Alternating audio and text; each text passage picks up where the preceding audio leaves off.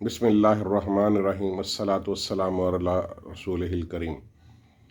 رمضان کریم کا مبارک مہینہ جا رہا ہے۔ اللہ کریم ہم سب کو اپنی رحمت کے صدقے ہماری عبادتوں کو قبول فرمائے اور ہمیں آخرت میں کامیاب فرمائے۔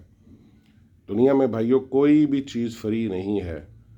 داتا صاحب پہ جو لنگر مل رہا ہے، اسی طرح مختلف جگہوں پہ جو کھانے مفت ملتے ہیں اس کو بھی کوئی نہ کوئی پیمنٹ کر رہا ہوتا ہے۔ اسی طرح اللہ تعالیٰ نے جو ہمیں کروڑہا اور اربہا نعمتیں دی ہیں، صحت کی نعمت ہے، پانی کی نعمت ہے، ہوا کی نعمت ہے، روشنی کی نعمت ہے، والدین بہن بھائیوں کے رشتوں کی نعمت ہے، اور کون کون سی نعمتوں کا ذکر کریں، کھانے پینے کی نعمتیں ہیں، لباس کی نعمتیں ہیں، اولاد کی نعمتیں ہیں۔ ان سب کو جو اللہ تعالیٰ نے ہمیں دیا ہے اس کی قیمت اللہ تعالیٰ پیسوں کی شکل میں، ڈالرز کی شکل میں نہیں چاہتا۔ وہ صرف یہ ہے کہ 5 دفعہ دن میں اس کے آگے سجدہ کر لیا جائے اور سجدہ شکر ادا کر لیا جائے۔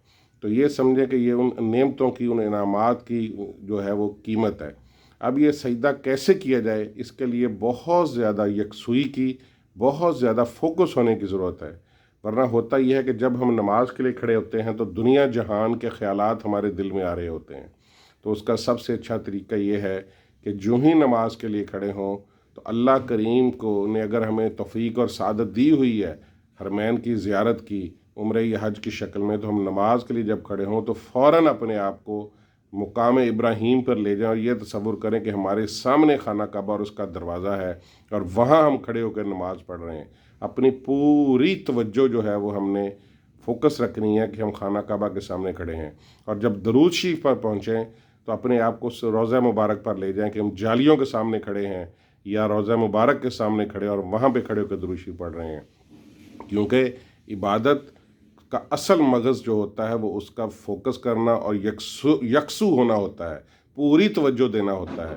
نماز ایسے پڑھیں جیسے آپ اللہ کریم کو دیکھ رہے ہیں، نماز ایسے پڑھیں جیسے اللہ کریم آپ کو دیکھ رہا ہے، اور اللہ کو تو ہم نے دیکھا نہیں ہے، تو اس کا پھر سب سے اچھا بہترین طریقہ میرے خیال میں یہ ہے کہ ہم پوری توجہ اور فوکس ہو کے اس سے نماز پڑھیں کہ جیسے خانہ کعبہ ہمارے سامنے ہے یا روضہ مبارک ہمارے سامنے ہے۔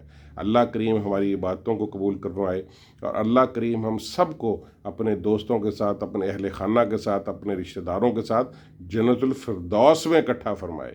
بیکاز کہتے ہیں کہ جب بھی آپ جنازہ پڑھنے جائیں تو یہ سوچیں کہ یہ جنازہ اس بندے کا نہیں، یہ جنازہ میرا جنازہ ہے، اور اللہ نے آج مجھے موقع دیا کہ تم واپس اپنے گھر جا کے اپنی عبادتیں پوری کر لو، اپنی جو ہیں وہ زندگی کو اللہ کے حکم کے مطابق گزار لو۔ لہٰذا ہر جنازے پہ اپنے آپ کو یہ تصور کریں یہ مرا ہوا یہ بندہ نہیں ہے، میں گیا تھا، اور پھر اس کے بعد آپ کو اللہ نے ایک موقع دے دیا ہے۔ موت سے کس کو رستگاری ہے، آج وہ تو کل میری باری ہے۔ اللہ تعالی ہمیں دنیا میں بھی کامیاب کرے اور ہمیں آخرت میں بھی کامیاب کرے، آمین۔